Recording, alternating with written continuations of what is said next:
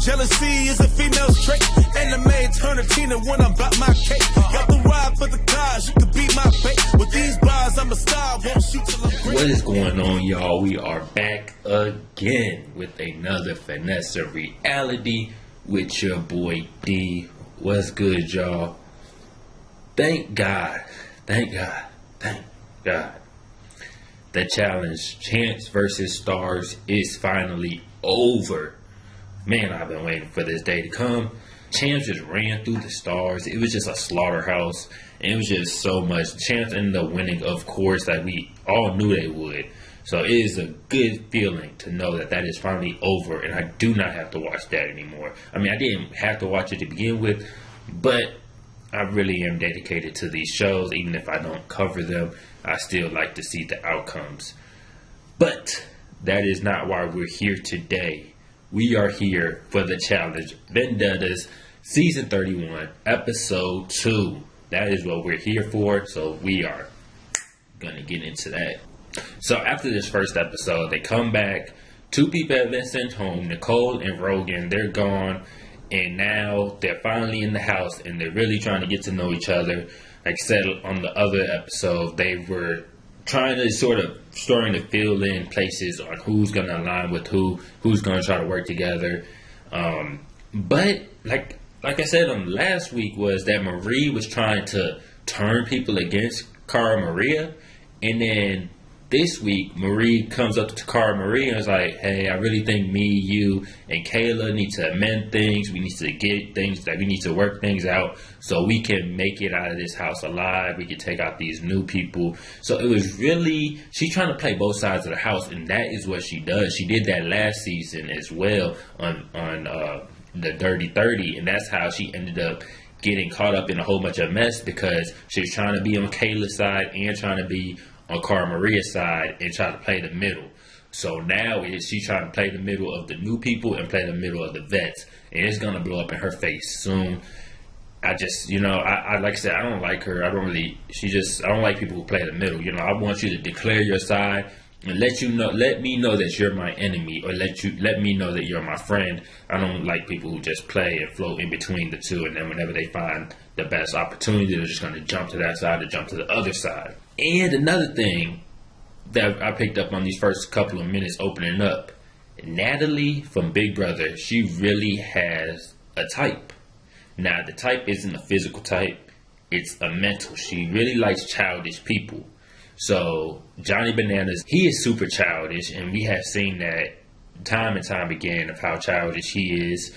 And then if you all actually watched Big Brother 16, which was the season Natalie was on, her partner her showman she ended up getting on there was James. And James was very childish as well. He was always pranking people, always hopping out of the corners on people, scaring people. So she really has this childish, draw to her.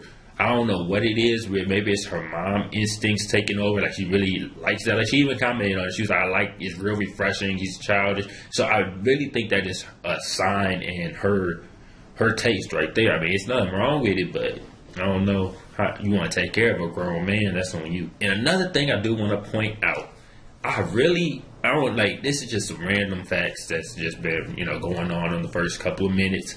I find it really dope that Kaylee is Welsh and Jamaican. Just that combination, it's not something you hear a lot. And that's why they even asked, how did your parents even meet? And they said that I think they just fucked. I was like, oh, okay. That works too. That's how a lot of people meet. But that was just a dope combination. And she's very pretty and attractive. And then when she said Jamaican, that's when I looked at her again after she said that, I'm like, okay, now I see a more of a cultured, of a African descent or something like that in her. So that was pretty cool. We get to the first challenge, the first real challenge of this season, because the first season, the opening challenge, it was just free fall, go at it. But this challenge is the first where some sides have been declared, and you know who you want to win, you know who you want to lose. The last challenge was, I just want to win, I don't really care who loses. So with this challenge, it's called Who's Got Balls. what they have to do is they have to go into a big pit, and it's like they have like tarp on the sides of this pit, so it's super slippery and it's a whole bunch of foam and water in the pit, and they have to get 3 balls from the bottom of the pit and bring them up to the top of the pit and put them in their barrel. And so it's hard for them to do just because of how slippery it is, and you have to climb up a rope, and so you have to bring the ball with you as you're climbing up the rope. So you can't really hold on to the ball while you're holding on to the rope, so you got to find a way to make this happen. The first guy and the first girl split $25,000. I'm really liking this extra motivation and extra boost to get first place by throwing in some money there. And it also puts a target on their back by letting them get the money. Like, we already addressed that last episode, but the more you, like, especially if you start racking up first place, not only are you saying that you can compete, but you're also already building your bank for your payout. So that is just something to watch out for as this season goes on. And then the last place guy is automatically sent into the elimination round because this is a guy's elimination week. This season, your fate is in the hands of the Troika. Now, they kept on saying Troika. I heard TJ say it, so I picked up on, how to say it. Then they spelled it on the TV, so I'm not sure why they keep on saying Troika, but the Troika is going to be the top 3 competitors, male and or female. They are the deciding factors for who goes up against the person who got last place. I find this a little interesting because just naturally how the challenges go, the men are always the top competitors. Not saying that the women do not bring competition themselves, but as far as statistics and the numbers go, the men will most likely always be in the top 3. So this was okay because it's a men's elimination, so it's like the men decided who to put in. But when it's a women's elimination, are we still gonna go off the top 3 of everybody? Like, so that it's just a little iffy. It's something to look out for coming up in the next couple of episodes on how they work this into when it's a women's elimination, and if does any women have a say so if they don't make the top 3. So what I think would be a good idea, maybe next season, or like I said, this season, we don't know yet, is that competition, whoever elimination it is, say it's a guy's elimination, top 2 guys automatically get put into the Troika, and then the top woman gets put in. And then the opposite, if it's a woman's elimination, 2 girls get put in, top 2 girls get put in as the Troika, and then the top guy get put in. I think that's how it should be done, just because I don't know how this is going to play out with it just being guys deciding who goes in. And it's really going to put the women on the back burner, and it's also going to make alliances a little bit different because you're not really going to be aligning with your women to keep yourself in. You're going to have to align with the top guys. So the women are really going to be going at it, and they're going to be headbutting. And that was actually part of the preview that they showed. They said that usually it's the guys that's going the hardest and, getting into it the most. But they said this season is going to be the women getting into it. I can't remember who exactly said. I think it was Devin, but I'm not sure. But I do remember that. But that could be a reason why, just because of how the whole Troika thing is going to play out in the end. The women go, they only do the top 3 women because you only need the top 3 times because that's the maximum amount of people who can be in the Troika. But so after that, they just stop. The first place does go to Brittany, and she splits the $25,000, so that's a big boost to her. I didn't expect that from her because she's not a bad competitor, and like she's never been slacking or anything like that. But I just wasn't expecting. There was so many other factors in the game right now, so many other big competitors in the game right now that I was not expecting her to get the first win. And then on top of that, Cam, she came out really showing them what she has. I didn't expect her to do that good either. I remember just like. And on Are You the One, they always got those cut scenes of them running and everything like that. Just the way she ran to me just did show athleticism to me. But maybe that was just because of Are You the One, she was trying to be more of a seductive pretty than she was. But now, since this is real competition, she's going to be really her real self. So she definitely surprised me, and that is going to be somebody I look out for coming up with these women competitions, and who's going to be not only this season, but she's a rookie, and she's going to be on the next few seasons, if not many seasons to come. So it's definitely somebody to keep on your radar this season and the following seasons. When the guys are getting ready to go, Victor, he doesn't make the comment to the guys. He's not dumb, but he makes the comment in the one-on-one saying, "If I win, if I get in that troika, I'm going after the strong guys. I'm going after the people who are going to stand in my way of this money." Now, Victor, he doesn't have an alliance with anybody. He doesn't know anybody. He's coming in fresh off Big Brother. He only knows one other person in the house prior, which is Natalie, his vendetta. So it's no reason for him not to go after the big guy. There's nobody he needs to protect except himself. So yes, taking out the strong will help him because he needs to get rid of the Johnny Bananas, the Corys, the Leroys. He needs to get rid of those guys for sure. The Zach and then Josh even showing that he's a strong competitor as well. So he's definitely wanting to target those guys and take them out before they take him out. Unfortunately, he's not able to do it, and he does not get first place, or he does not even get in the top 5, I think it was. I'm not really too sure. I just calculated the first person, or the first 3 actually. So the first place goes to Johnny Bananas.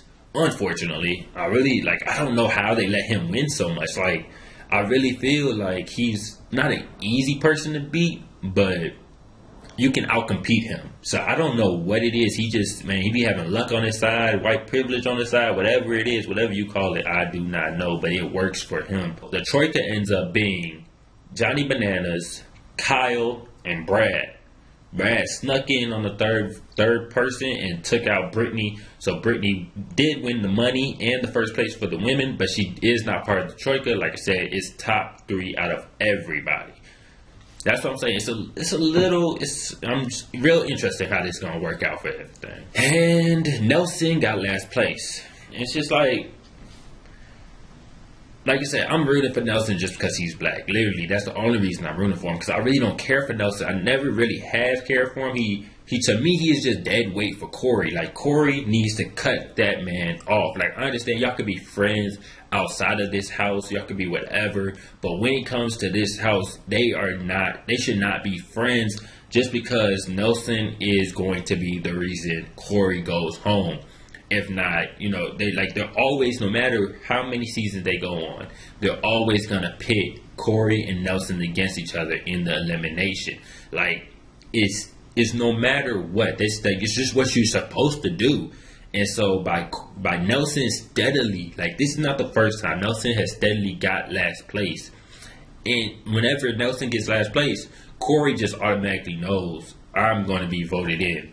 Because that's just how I would have did it myself, and that's how they should do it. And so it's really hurting Corey holding on to this friendship in the house. Like I said, outside this house, y'all can be as cool as y'all want.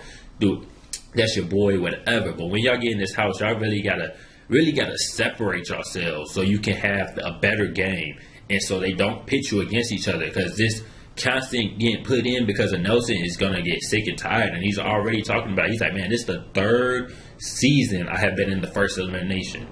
The 3rd season. So just think about that next time, Corey.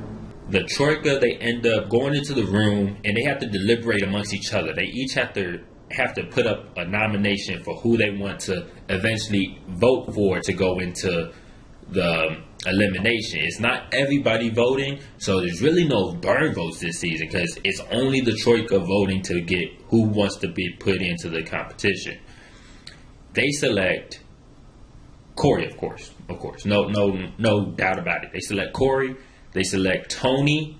That was a little surprise just because of how much Johnny, him and Johnny have a good connection. But Brad was also in the mix, and that is his vendetta. That is Tony's vendetta. Oh, it's some stupid Twitter beef. I really don't know. I'm gonna get to that little stuff later.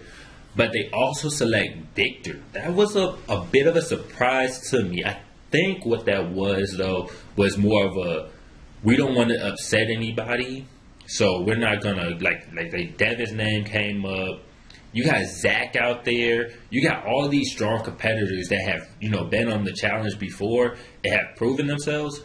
And then I think they just threw away the vote to Victor. So it doesn't really upset the house. Nobody, no women are really upset about it because that's their guy. That's that's their alliance. They've been friends for a long time. No guys are upset about it for the same reasons. They then have what they call the Inquisition, and that is where the 3 nominated go talk to the Troika and plead their case and say why they should not be nominated or why this other person should be nominated. It's really up to them how they want to flip the situation. Corey knows going in that he is probably going to go in. Like I said, he's expected to go in up against Nelson just because that's his best friend. So what he tries to do, he takes from left field, throws a long ball, Hail Mary pass to the end zone, trying to just throw anything out there that's going to get him off the chopping block. So what he says is Brad, Devin, Victor, and Shane. He said those 4 are working together to get out Johnny Bananas.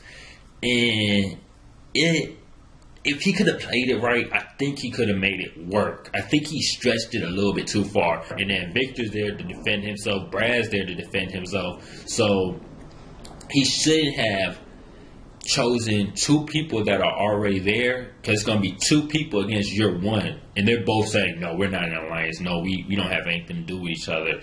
And it really just shot his he shot himself in the foot, and he really solidified why he was going to be going in. And like I said, it was a Hail Mary pass that turned into an interception, really. They go out. The one thing I do want to talk about when they go out is just Kyle and Corey and Nelson have a sit down. They talk to each other, and they ask him what's he thinking, where's his head at, who does he want to see go home, or who does he not want to say.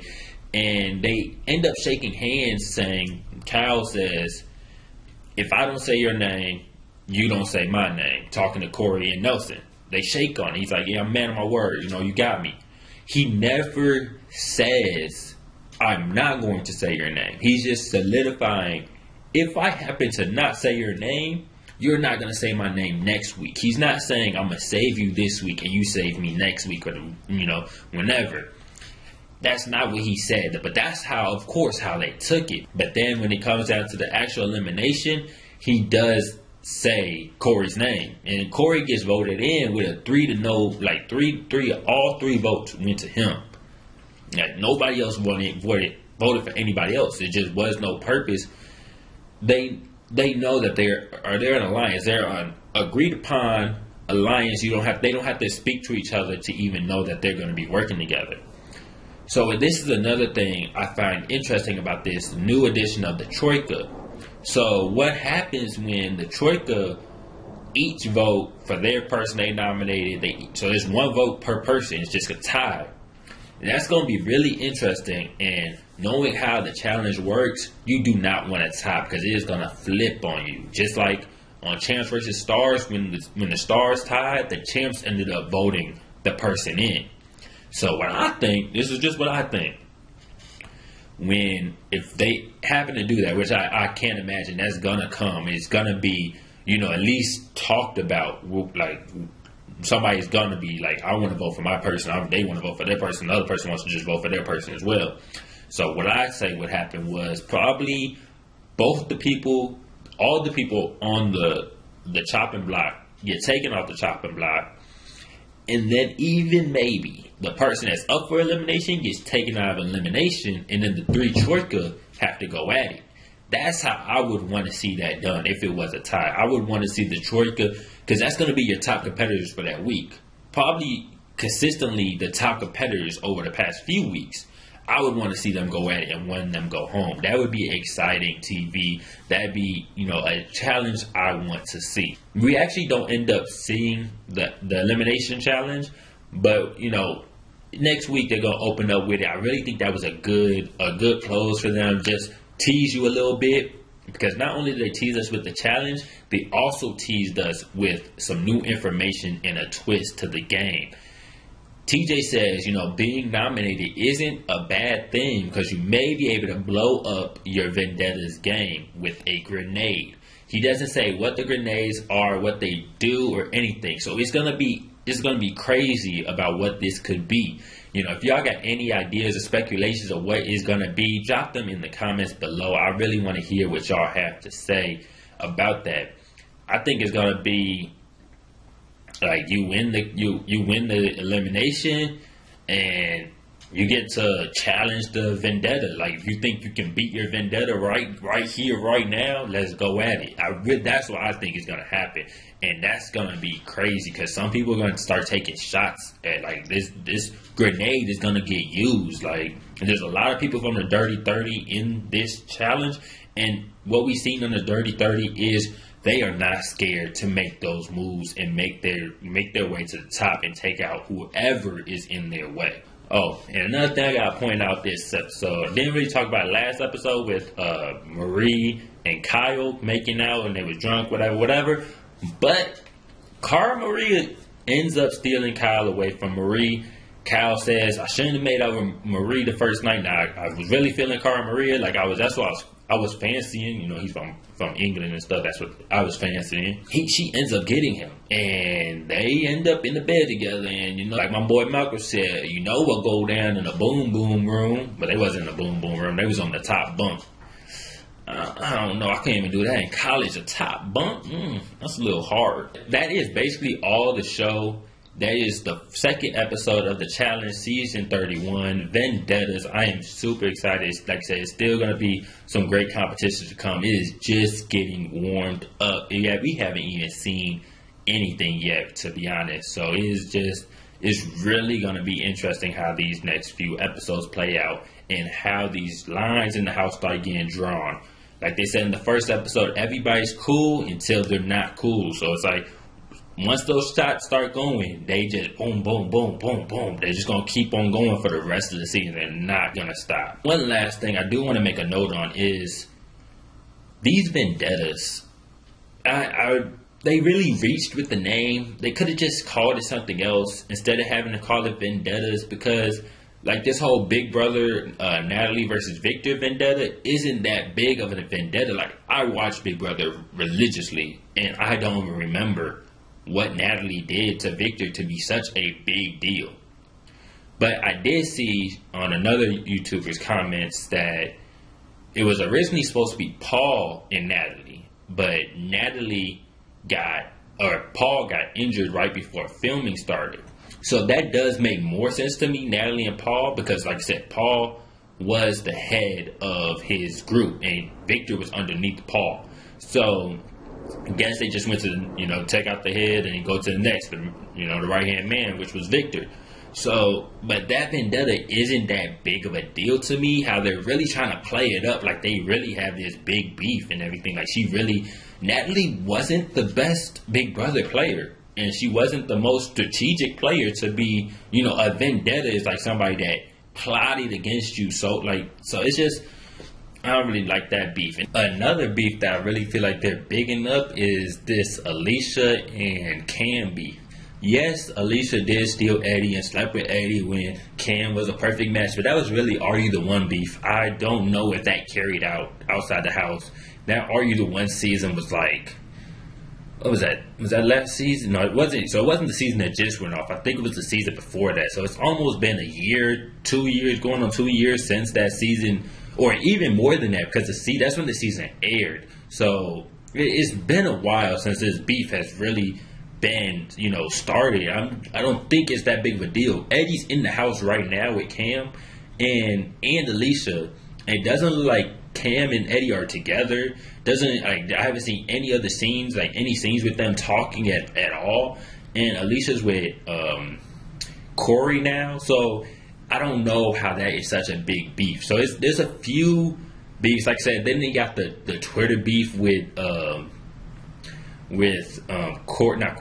Tony and Brad, and all that was happening was, I guess, Tony was talking crazy to Cara Maria on Twitter or something like that, and Brad said, "Oh, Cara Maria, if I ever get back on the challenge, I'll make sure I take him out for you." And they brought him back on because of one tweet. Like, if it was I want the whole Twitter thread. I want to see the whole thread.